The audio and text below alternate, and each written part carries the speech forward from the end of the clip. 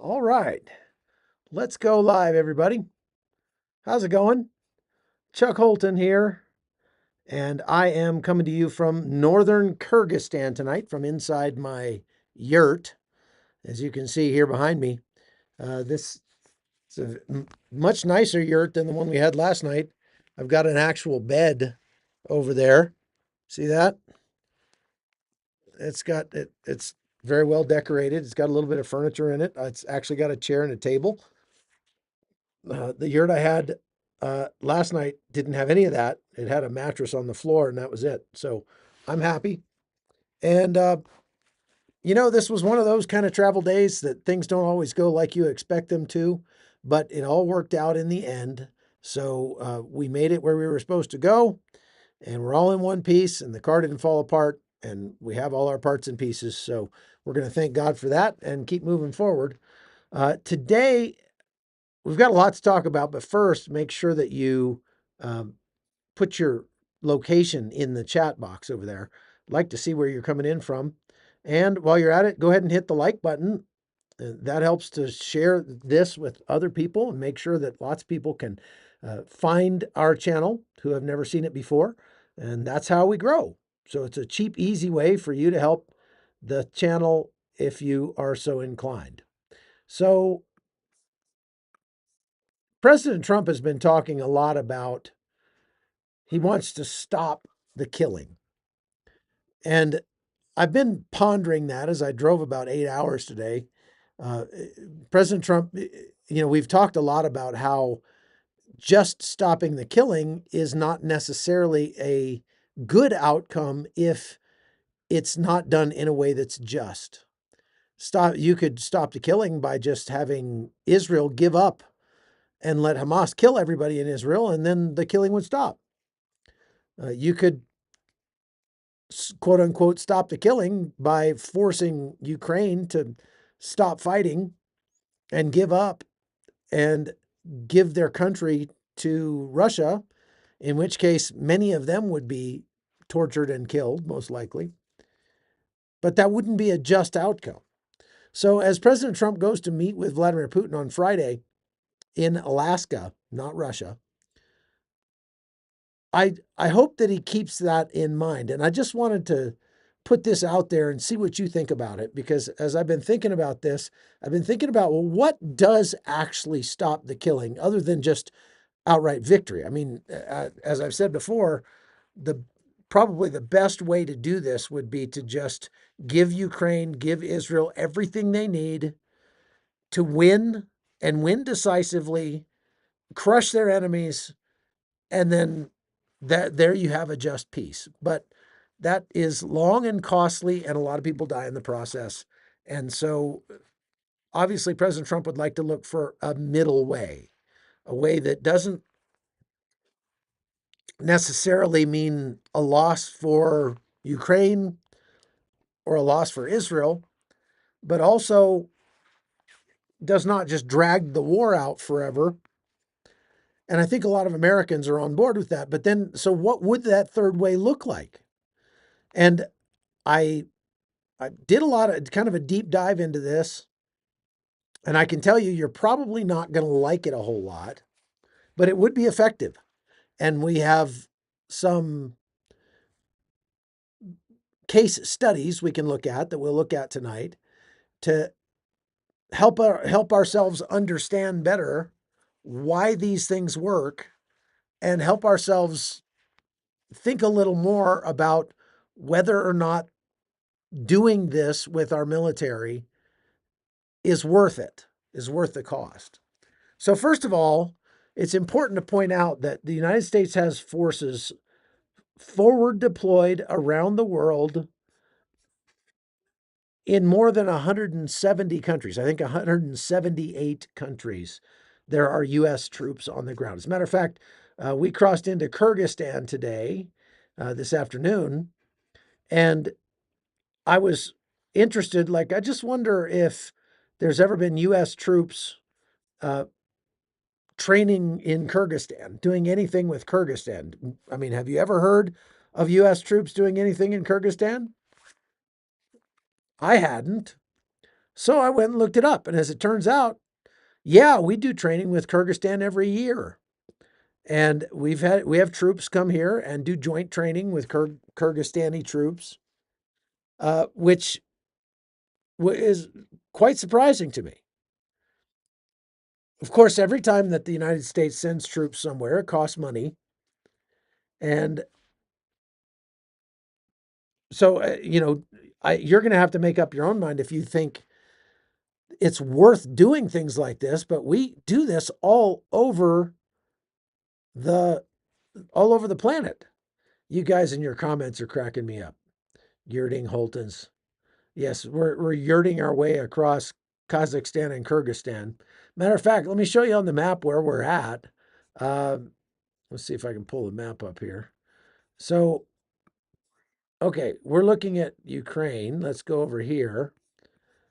There's Kazakhstan. Just look at the difference in size between Ukraine over here and Kazakhstan over here. Kazakhstan is a very large country, almost as big as Western Europe. Uh, Probably bigger than Western Europe because Western Europe doesn't include Poland, Ukraine, Belarus, Lithuania, Latvia, Estonia, Romania, Moldova, Bulgaria, etc. So if you take just Western Europe, Kazakhstan is probably bigger than Western Europe.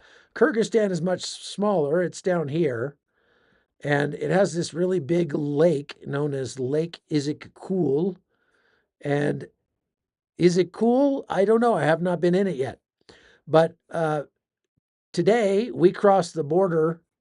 We drove from uh, where we had stayed near Sati, right here, last night, up in the mountains.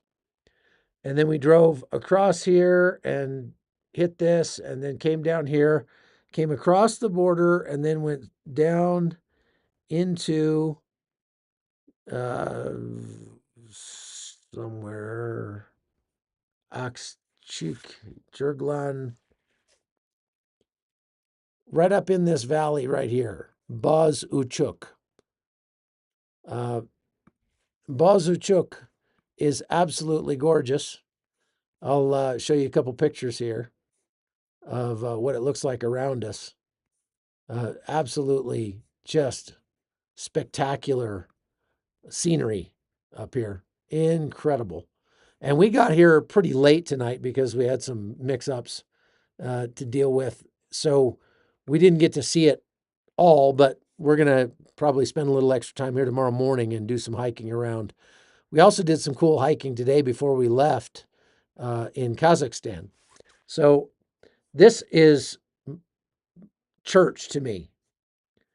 I don't know if you're like me, but going places like this and walking out off trail across the wilderness is about as close to God as I ever get. And I absolutely love taking some time every summer to just get away, go walk in the mountains, clear my head. Uh, I sleep better. I feel better. It's so refreshing. So uh, we're here as tourists, but it is interesting to find out that as we crossed the border, and I noticed the uh, Kyrgyzstani, Turkestani, the Kyrgyzstani troops on the border that were running the border station. They were wearing the same kind of camouflage that they wear in the U.S. Army, and they all saluted me as I went by. And I don't know why. Do I look like I need to be saluted? But they were very friendly, and we didn't have any problem at the border. It was easy getting across, that sort of thing. It does take a passport, though. You do kind of need one of those.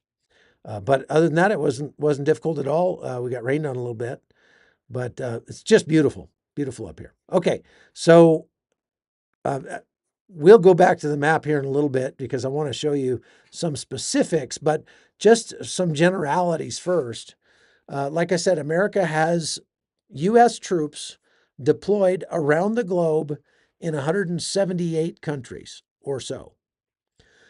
Now, in a lot of those countries, we're not talking about a major presence, obviously. What we're talking about is U.S. Marines stationed at embassies around the globe, and that counts, okay, as a deployment. But that's not a combat deployment by and large. So I want to make a distinction between we have about 170,000 troops total that are forward deployed outside the United States at any given time. 170,000 troops is likely more troops than Israel has fighting right now, or very close to it. It's uh, it's bigger than probably, I would say, most of the world's armies uh, in terms of combat power, if not in terms of actual people. But we have an enhanced forward presence all around the globe. And this is, we're going to talk a little bit about why, because, we've seen a lot of people, especially on the right in the United States, talking about, people like Marjorie Taylor Greene, talking about, we shouldn't have anybody outside the U.S. We ought to pull everybody back. We shouldn't be spending money anywhere else besides the United States, yada, yada, yada. Well, when you really sit down and think about it, the United States actually needs to have troops all around the globe, because one thing that our troops do really, really well is deter aggression. We stop bad people from doing bad things in different areas around the globe just by being there, because we have the most powerful military force on planet Earth. And so if we put troops on your border, for example, and you shell those troops, guess what? You just lost the war, because the United States gets involved in your war militarily. It's all over but the crying, and you're going to be the one crying. So countries don't want to, they don't want to kill U.S. troops by and large, because the backlash would be catastrophic for them. Does that make sense?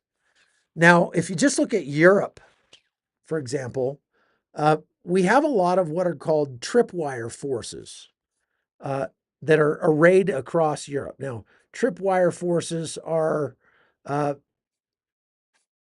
deterrent forces that are in areas of potential conflict that are not meant to fight, but just to deter aggression. And some people, especially U.S. troops who are used in these ways, don't always like it very much, because it's boring as all heck. I mean, you get sent to some likely horrible place on planet Earth. Not always horrible, but sometimes. You're away from your family, you're living in a tent, you're eating MREs or T rations, and you're not getting to shoot anybody in the face. I don't know about you, but those of you that have joined the military, I joined the military because I wanted to go be a good guy against the bad guys. I wanted to be a force for good in the world, and I thought that meant going and killing bad guys. So that's why I joined. I wanted to go kill bad guys. There's somebody needs to do that, and I was like, here am I, send me. But as it turns out, reality is never as exciting as young teenager's picture of it will be in his brain. And the reality of it is that just by putting troops in various places, we can avoid ever having to enter into a conflict. And so a lot of U.S. troops get used in that way, and they don't get to fight. They don't get to, go out there and do bad things to bad people. They just go and be someplace, just by their existence in that place, they are doing their job. They can accomplish their mission by going over and sitting in a tent, playing video games, getting fat, going to the gym, whatever, for 4, 5, 6, 7 months a year, and then rotate other troops in there. And just as long as we keep troops on the ground there, nothing's going to happen. Now, I wonder how you feel about tripwire troops like that, because we've got these people all over the place. Now, these purposeful U.S. deployments raise the cost and the political risk of any kind of aggression in the areas where U.S. troops are based. It doesn't always work, but it has worked very well in certain circumstances. So we're going to talk about where it works and where it doesn't, and why it might actually be a good third option to stop the killing.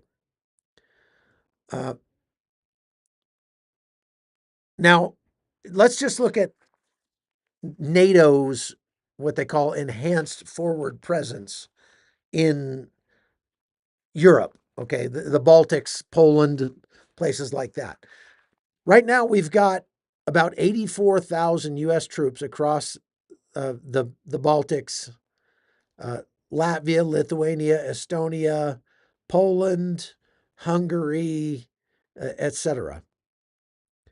And they're all there to ensure that if by some miracle Vladimir Putin is able to take over all of Ukraine, he will not decide to keep heading west into NATO countries because there are U.S. troops there. And Russia, for the most part, has studiously avoided bombing the areas where U.S. troops are. Now, they have tried to scare the Baltic countries and Poland by bombing Ukraine right near the border. Sometimes, though, those bombs have actually, or parts of them have gone into NATO countries and have even, I think, during this last 3 years, have even killed people from time to time. But those were largely accidental.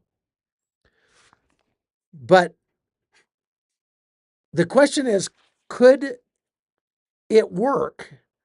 What would happen if we moved these tripwire forces? My son actually was a part of one of those tripwire forces in Poland for 10 months, 10 and a half months. He was over there, and he hated it because they were out in some farmer's field in tents, mud, eating in another tent off of paper plates, and there was nothing to do. They weren't allowed to go to town. They weren't allowed to really do much of anything. They just were there. But that kind of presence, there's a reason why the government does things like that, because it tends to work. Now, let's look at some proven examples. South Korea has about 28,500 U.S. troops that have been there for 70 years. And so far, their presence has made North Korea think twice about invading South Korea. It's very likely that if the U.S. troops were not there, North Korea would have invaded South Korea a long time ago, and we would have had a very bloody war on our hands. But we don't have a bloody war on our hands because we've got 28,500 U.S. troops sitting in South Korea, twiddling their thumbs, not doing much but train. They're just there. Now, it's not always extremely costly to have troops deployed overseas. This is one thing that people don't quite get about the way that these forces are structured. The force postures are structured overseas. So, for example, Germany pays like $2 billion a year and gives the United States free land to put its bases on. And South Korea pays $1 or $2 billion a year. We've got like 50,000 service members in, or no, I'm sorry, 40,000 service members in Japan right now. And those service members, uh, Japan pays the United States to keep them there. So it actually saves the US money to have those 40,000 troops in Japan, it saves the US money to have them in South Korea and have them in Germany. Most of the other places where we have US troops, though, we don't get paid or reimbursed to have our troops there. And so it does actually cost us money. As a matter of fact, when I went to Kosovo several years ago, I found out that the military base that they built in Kosovo to house US troops, it only had about 1,000 US troops there, I think. And it was set up for 8 to 10,000 troops. Somebody said they had figured it out that the United States was spending about $1 million a year per troop that they had on the ground in Kosovo to have them there, just to have them there, because they still had to pay for the entire big base, even though they only had a few people, right? So it was costing the US a lot of money. We still have troops there, but the troops that we have in Kosovo have largely succeeded at averting a war between Serbia and Kosovo. So those trigger forces have functioned as intended. Now, the United States also has trigger forces in places like Syria.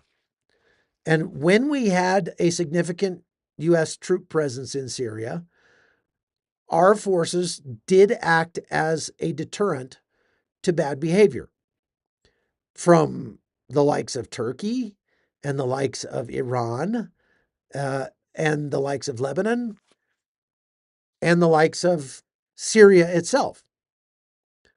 Now, ISIS wasn't really deterred a whole lot by having US troops there, but that's why our troops in Syria are some of the few troops that we have deployed overseas who are actually in combat zones.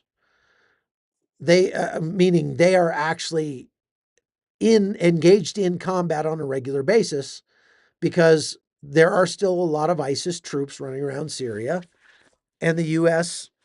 Rangers, mostly that are there, make a habit of knocking on their doors late at night and shooting them in the face or capturing them. So that's okay. But it bears pointing out that of the 170,000 troops that we have deployed overseas, very, very few of them are actually in combat. Now, back during the presidential debates, uh, Kamala Harris, vying for the presidency, said something to the effect of, well, under Joe Biden, we now have no troops in harm's way anywhere in the world, no troops in combat anywhere in the world.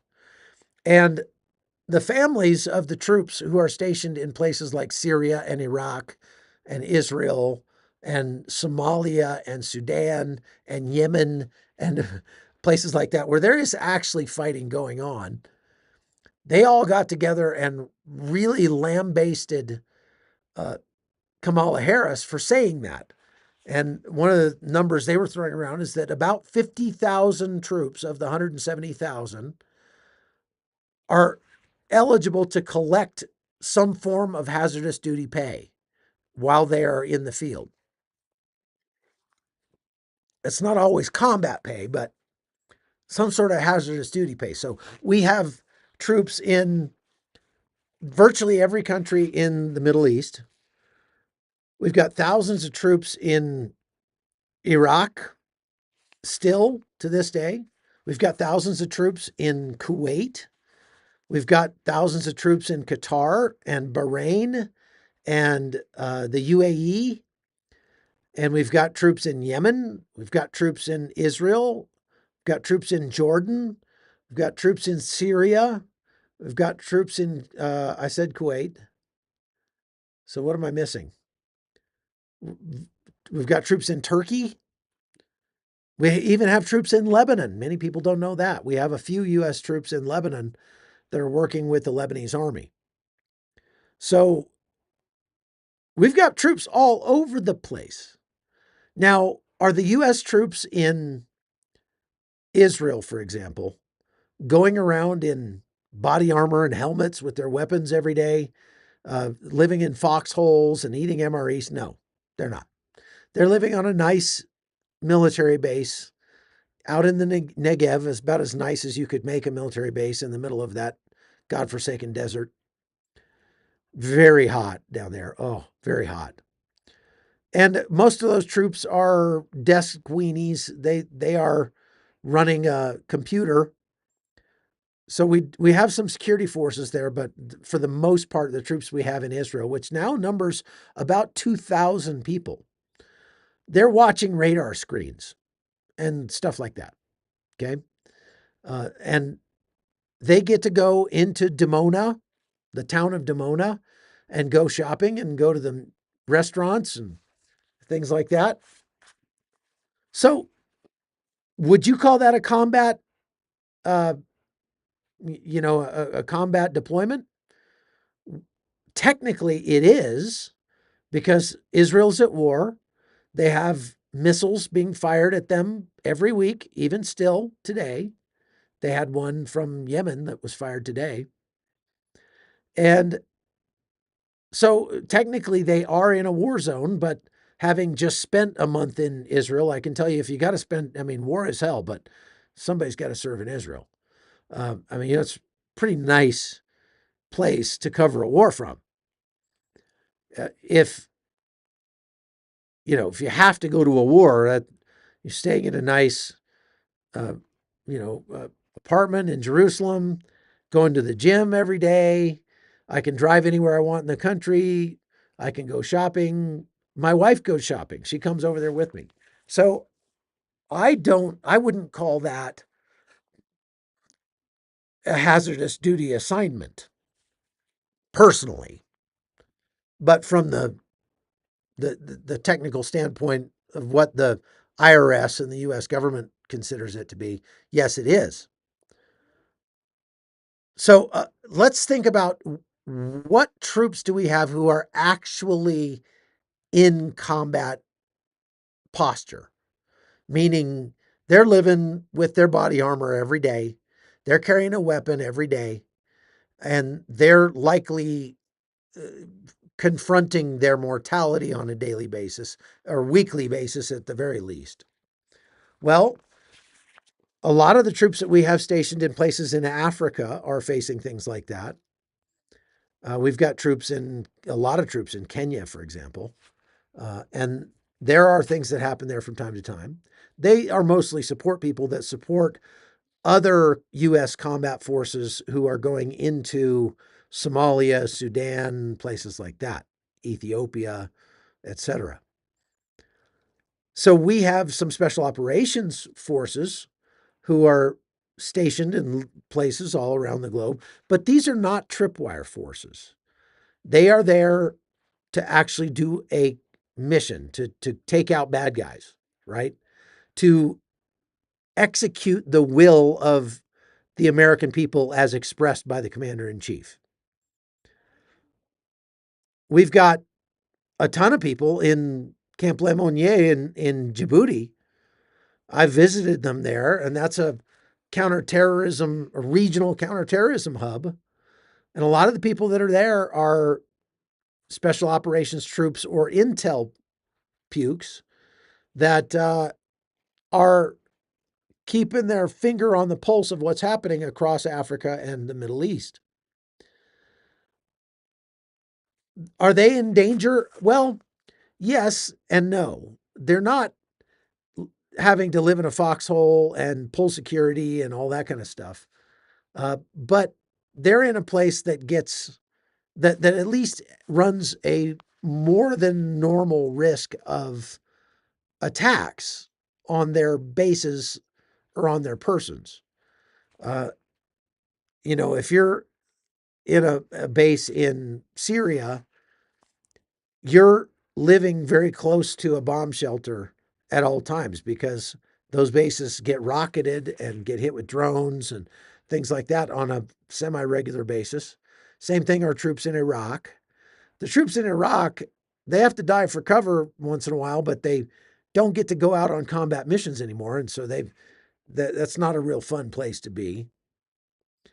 But what I'm specifically wanting to focus on tonight is the Tripwire troops, because whether they are in South Korea or Okinawa or Landstuhl in Germany, Ramstein, uh, whether they're in Syria or, oh gosh, we could go on and on and on. They have been, by and large, very successful at stopping bad things from happening. So the the the point I'm trying to get to is that maybe if President Trump is truly just like, I just want the killing to stop, and there's a one way that's making the victim lose the war and then essentially cease to exist, because Ukraine would cease to exist, Israel would cease to exist. And that's not a just outcome. So we're going to discard that one out of hand. That one we can't stomach. So we're left with two options: either pour tons of military equipment and money into these wars to help the nations fighting against aggression to win and actually crush their opposition, or we do something that's cheaper economically, but possibly more expensive in terms of blood. And that is, we send our own sons and daughters into those areas and we dare anybody to hurt one of them. What do you think about that? What would happen if President Trump walked into this meeting with Vladimir Putin on Friday and said, Putin, you're going to agree to a ceasefire, but if you don't, just understand that we have made a deal with Vladimir Zelensky to move our 40,000, half of our force that is currently on the borders of Ukraine in Lithuania, Latvia, Estonia, uh, Poland, and Hungary, and places like that. We're going to move half of those troops into Ukraine. Now, we're not going to come in armed. We're not bringing tanks with us. We're not bringing missiles with us, except for air defense. And we're going to give our guys very strict rules of engagement. They're not going there to fight. But we are going to station them in places around Ukraine. And we're not going to tell you where that is. So if you keep shooting 300 or 400 missiles and rockets and drones at Ukraine every night, there's a good chance you're going to end up killing an American. And let me tell you something, Vladimir. The day you hurt one hair on the head of an American troop that is acting as a peacekeeper in Ukraine is the day you lose the war. Point, period, end of story. Play hardball. Okay, so I'm interested if you think that's a crazy idea or if you think that might actually work and bring the war to an end, or at least a stop. I mean, the fact is that deterrence by presence works. That's the reason that we have like the multinational force and observers down in between Israel and Egypt in the Sinai. That's the reason that they decided to put U.S. troops in Syria in the first place. Okay? It actually works in many cases. Now, there's quite a precedent for this. I mean, the KFOR in Kosovo is one.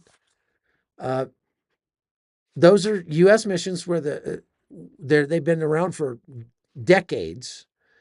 And for the decades that we've had them around, it's been effective in keeping war from breaking out between two parties that hate each other. Now, I'm not advocating that we send U.S. troops into Gaza and we dare Hamas to shoot some of them, because they certainly would. Hamas doesn't care, right?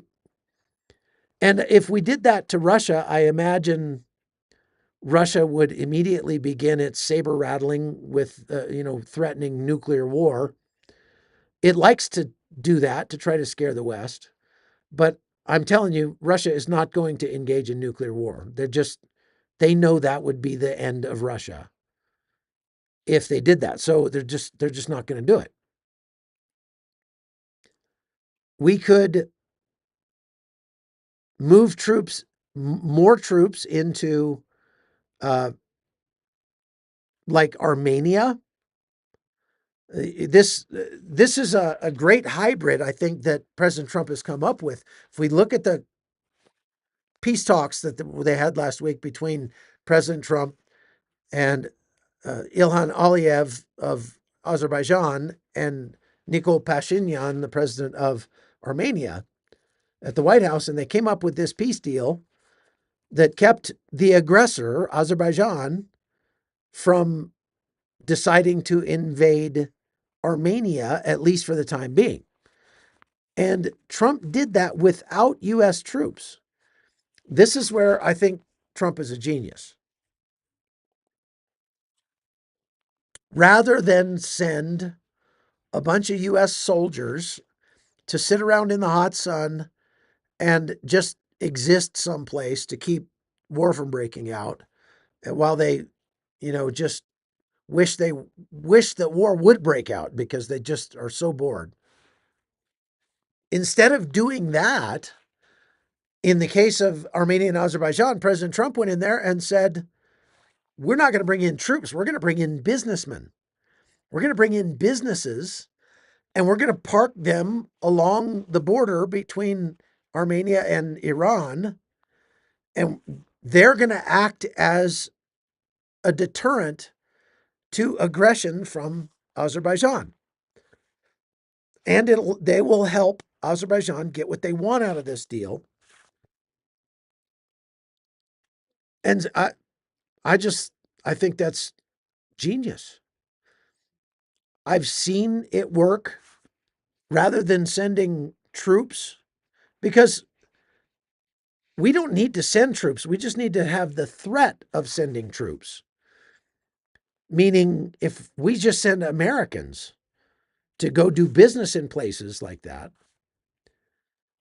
if we send, volunteers to go and to just be in areas where there could be potential conflict, and the U.S. just lets it be known that if you threaten or harm any of these Americans, wherever they happen to be, the full weight of the U.S. military is going to come down on your head.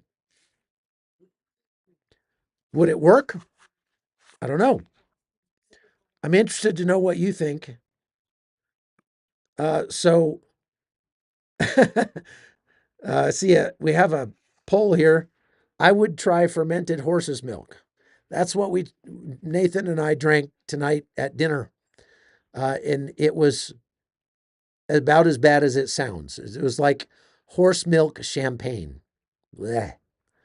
Rancid, nasty. It was not good. I took 2 sips and that was it, and I couldn't take any more. So most people are smarter than I was, because they just say they wouldn't try it at all. So, what do you think? Do you think that the United States ought to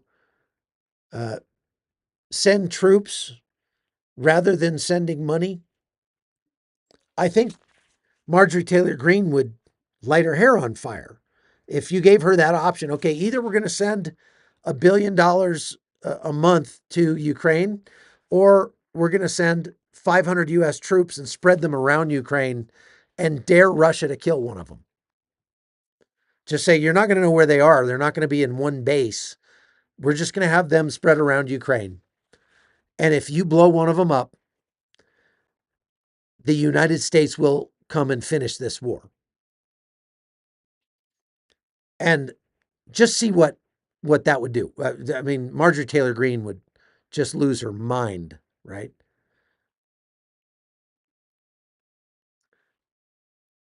So I really feel like politicians who say, well, I'm all for sending billions of dollars, but I would not ever consider sending our boys and girls. I just wonder, I'm not going to assert this, I'm just going to posit this. I just wonder if that's not a form of cowardice. Because giving away lots of military equipment very often turns out to be worse for America than giving nothing at all, because that military equipment is designed to be durable and fungible. And that means it's going to be out there able to be used to kill people for much longer than the conflict to which we are donating the arms. Now, I've done several reports on this and studied this a lot, and I've not found any evidence that Ukraine is selling U.S. weapons anywhere in the world. There's just no evidence of that. There have been a couple of instances that were uncovered in Ukraine where some soldiers were trying to sell old AK-47s that had belonged to the military, and they were caught and they were prosecuted. But that's as far as that goes. There's just no evidence Ukraine is selling them to Mexican cartels or something like Tucker Carlson had said. But whenever this war ends, all that weaponry is, well, at the rate things are going, it's probably going to all be used up so badly that nobody could ever use it ever again. But you would have thought the same about the war in Vietnam, wouldn't you? And when I was in Burma last year, I saw guys carrying M16s that had been left behind in Vietnam more than 50 years ago. So giving weapons to me seems like a bit of a cowardly way to try to influence the outcome of a conflict. And the faster way to do it would be to send troops. But putting our boys and girls in harm's way is very hard for us to agree to do. But I'm coming at this from the standpoint of a soldier, of somebody who served in the U.S. military. And I can tell you that if you had come to me at any point during my military career and said, hey, do you want to go, stop bad people from doing bad things someplace in the world, and some far-flung place in the world, I'd be like, sign me up. Because combat's bad, but for a soldier who's spent his entire career training to go to combat, not going to combat would actually be worse. It'd be like training for the Super Bowl for your entire, for 20 years and never actually getting to play in the Super Bowl.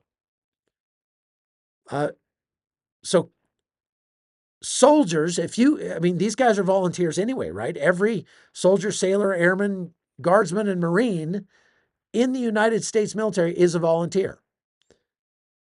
So if you just said, all right, we need a brigade, we need 10,000 guys to send to Europe or to send to Ukraine, not to fight, just to be there as a deterrent force.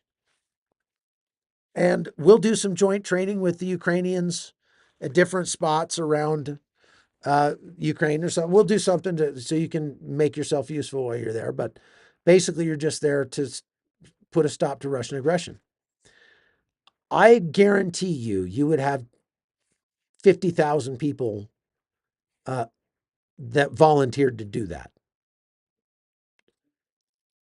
I mean, look at what's gone on. Americans are, I don't know, maybe we're just crazy that way, but Americans love the idea of helping the underdog.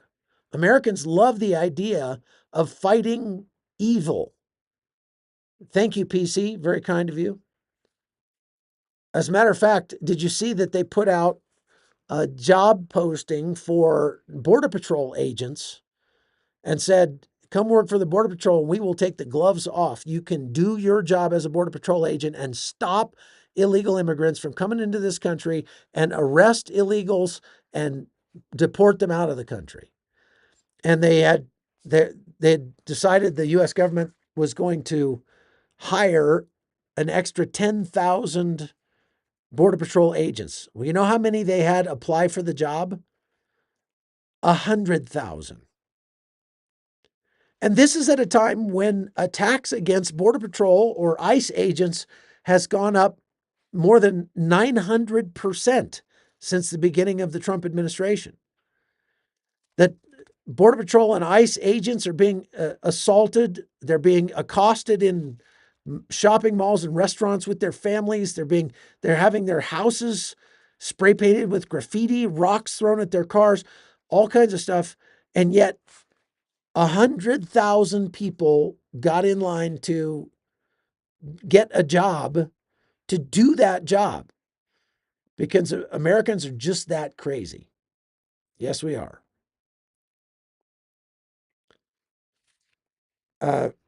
Okay, so I don't know if are the mods putting together the sheet. Okay, well, I see some questions here. So I'm going to hit your questions because I want to get to this in the next 10 minutes or so. Nico asks, is it true that Ukraine is building a massive ski resort close to a border with some country? There was an existing ski resort. They are improving on it, and it's near the border with Hungary, I believe. I drove by it one time. You'd be surprised. I mean, this is the thing. Like, people think that Ukraine is, when they think it's a war zone, they think it looks like Gaza. What? On the sheet? Okay. Um, they think that all of Ukraine looks like Gaza now. Well, that's just not the case. There are restaurants open in Kyiv. There are beaches open. There are nightclubs open.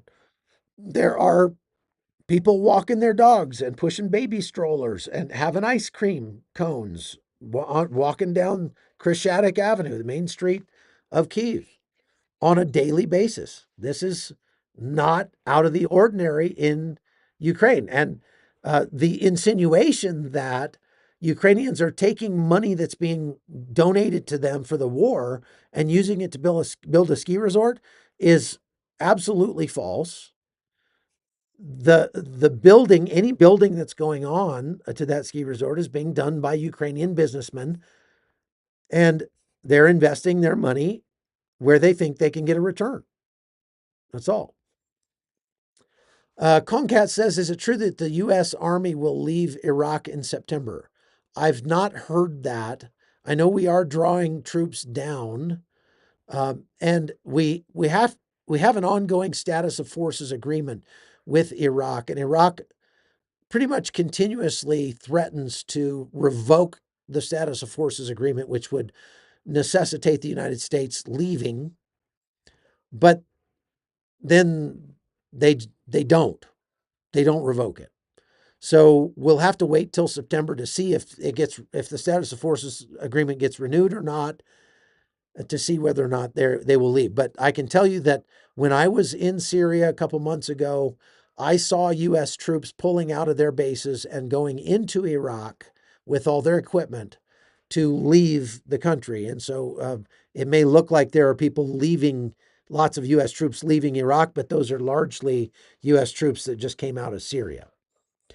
Mama Rissa says, do you think the U.S. will need to draft more soldiers given the enlistment rate is dwindling? It's not dwindling now. It's actually spiked under Pete Hegseth. Once they got rid of the transvestite stuff and actually started, making the Army about killing bad guys again and not about being a grand social experiment, the recruitment rates have spiked. So no, you're not going to see a draft in the United States. Wouldn't work to draft in the United States anymore because 78% of military age men and women in the United States do not qualify to join the U.S. military because they're too obese, or they do drugs, or there's some other, problem. Um, Ken Duncan says, if we have soldiers all over the world, why would going into Mexico to take out cartels be any different or a surprise? Well, going in kinetically, meaning, there's one thing we have troops in Mexico.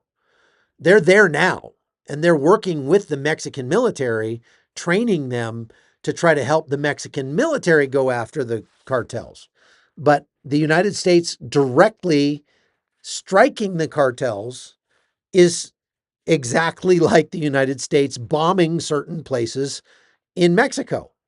And I think it ought to be on the table because Mexico's not willing or not able to do that. And so if the United States has intelligence that we could, let's say, take out a fentanyl ring in Mexico or take out a cartel that's engaging in human trafficking or something like that, I think we ought to drop a few warheads on foreheads. And really, what's Mexico going to say about it? What are they going to do about it? They're going to file a complaint with the ICC. Great, knock yourself out. There's, so what? Tim Labs says, is there a risk of Putin escalating the war if we put troops in Ukraine? There is a risk because Putin is crazy, but he's not stupid. And he's definitely going to threaten it. But here's the thing that I think we forget all too often. Putin is already at war with the United States. We have a myriad examples of Russian agents engaged in asymmetric war against the U.S. We just saw what was it? There was something in the United States, like the FDA or something, that just had their databases hacked by Russian hackers. That's asymmetric warfare against the U.S. There's some suspicion that some of the major wildfires that we've seen in the United States over the past year or so were actually started by Russian agents in the US. That's asymmetric war. They know for a fact that Russia has been doing that across Europe. They know for a fact that Russia has been trying to cause all sorts of mayhem and destruction and maintain plausible deniability about it, but still do it across Europe. So I think that the actual risk of Putin escalating if we put troops in Ukraine would be very low. Because again, if we just made it very clear, hey, you remember 2018 in Syria when you sent 300 Wagner mercenaries up against a U.S. military base and we brought in a Puff the Magic Dragon and smoked every one of those guys? Yeah, that's what we're going to do to Russia if you hurt one of our troops. And we're just going to be there on for peaceful purposes. We're not going to be there to fight. Tell you what, we won't even train the Ukrainians to fight. We might train them on medical stuff or something like that, but we're not going to train them on anything offensive. But we are going to go in and we're going to array our troops along the front lines. And if you bomb one of our troops, the U.S. is getting involved in this war. I'm not saying it's a great idea. I'm asking you whether you think it's a great idea. Just because of the cases that I've laid out before. I mean, forget about Russia, Ukraine. What about China, Taiwan? What if we just put a bunch of U.S. troops on Taiwan and just left them there as a deterrent force? just like we did in South Korea. What about there? We are doing that right now in Guyana. We're flying combat patrols over Guyana to keep Venezuela from invading Guyana. You probably didn't know that, but that's happening right now as we speak. So I just wonder if you think it's a good idea if we did more of that, and if we truly want to stop the killing, this is a middle way. This is a third way to do it. Susan Sotelo says, "How do you think our military strength is strength-wise in the next 10 years?"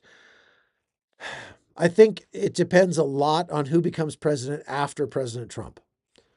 But right now, we're building our military up. We're strengthening it. We're improving it in many ways. I am super, super happy with Pete Hegseth. Diane Britson says, "How do you research the previous Russian bases in Armenia? My next home ASAP." I've driven around to the sites of several previous Russian bases in Armenia. We drove by one just the other day, and it was completely empty. Country Boy 316 says, "Does the America First just want all troops in America and stop being the world police and just let the world figure itself out and just be a defense force?" Yes, that's what some people in the America First movement are saying. My assertion is that would not be America First. That would be America in hiding. And I don't think we want America in hiding. America needs to engage with the world and not ignore the world. Lyle Smith says, "You say Putin would not use nuclear weapons. Are you also including tactical nukes on the battlefield?" There's not really a good use case for a tactical nuke in Ukraine because Putin doesn't have the forces that could take and hold an area. The only thing a tactical nuke is really good for is area denial, making it so that your enemy cannot use a certain area.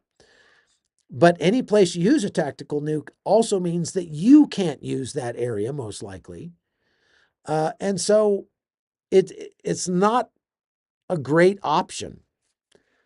There's like if you have a choice between using a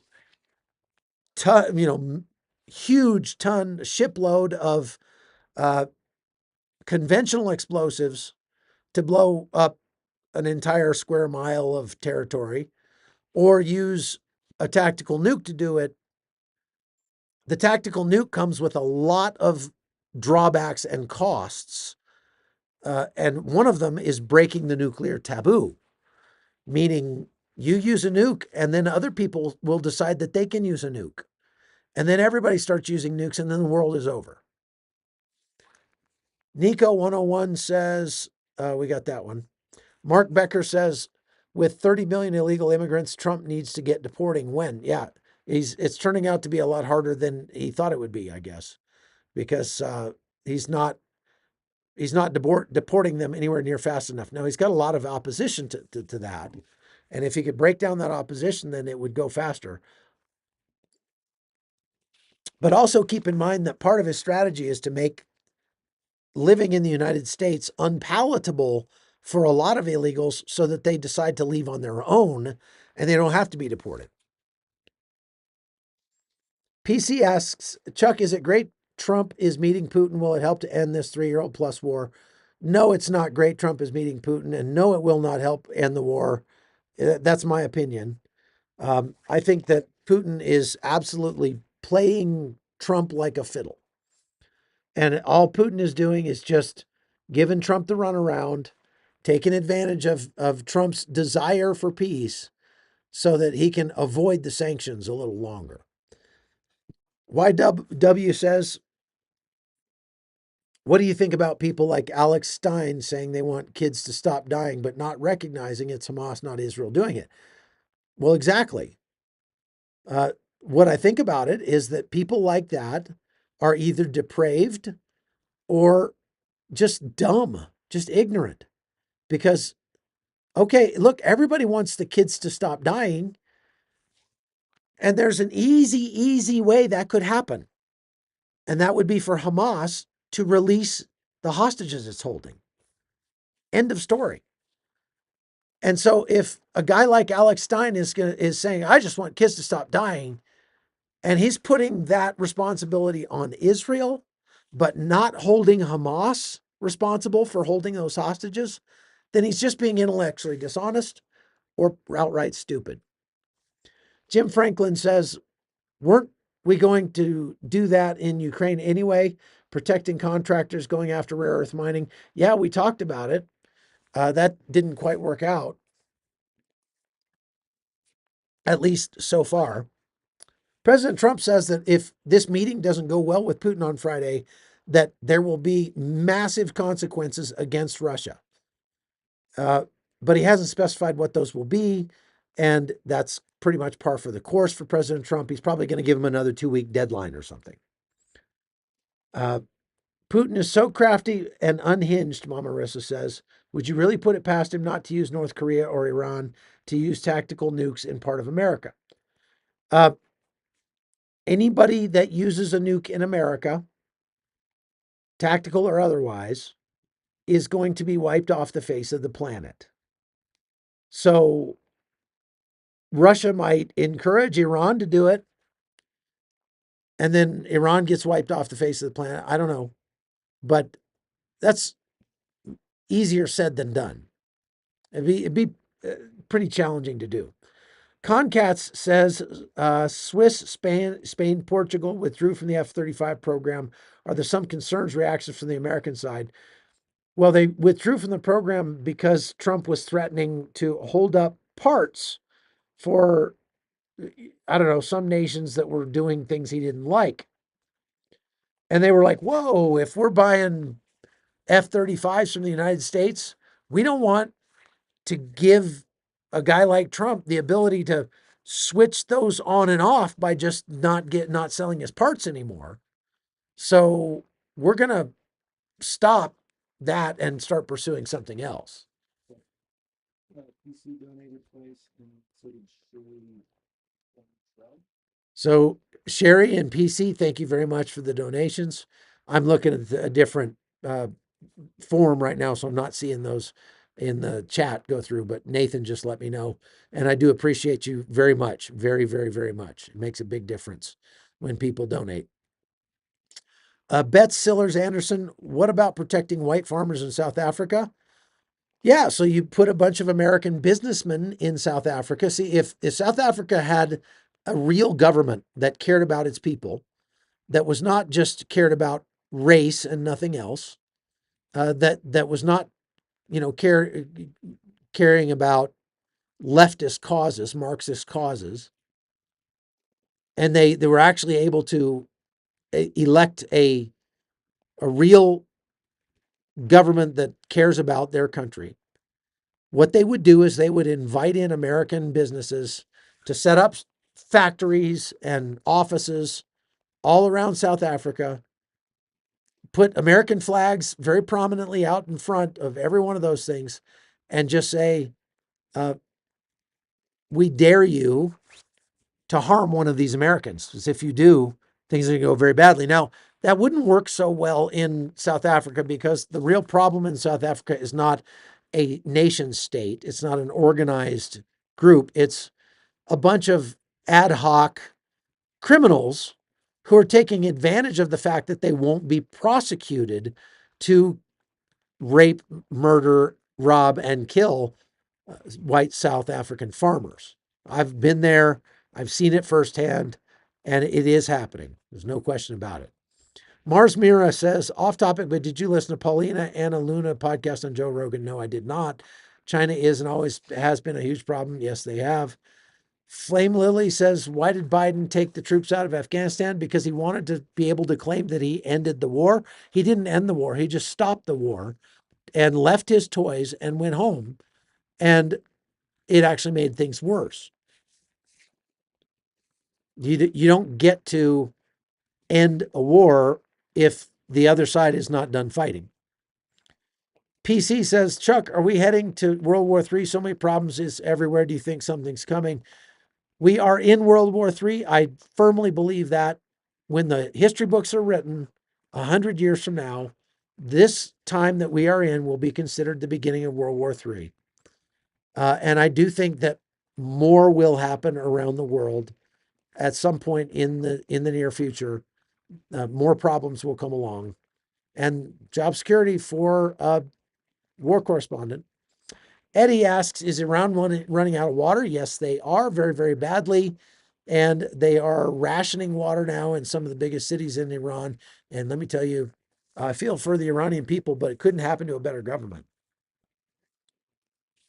That's what you call a dilemma there for the government. Okay, we are over time, so that's all we've got time for today. So from northern Kyrgyzstan, uh, thank you for watching. I appreciate all of you. And make sure you go to Ground News. There's a sponsor link in the chat, and we'll also put it in the comments or the description of this live. We just have an affiliate link there. They don't sponsor us, but I use them. I'm actually a paying customer of Ground News. A lot of people ask me, what are the sources where I go to find my news, and Ground News is one that I go to. Also, don't forget chuckholton.com. You can get lots of extra content, and you can support our work. And so it's a win-win for everybody. So please go over there, chuckholton.com. That's locals. All right. Thank you very much for watching, and we'll see you again next time. God bless.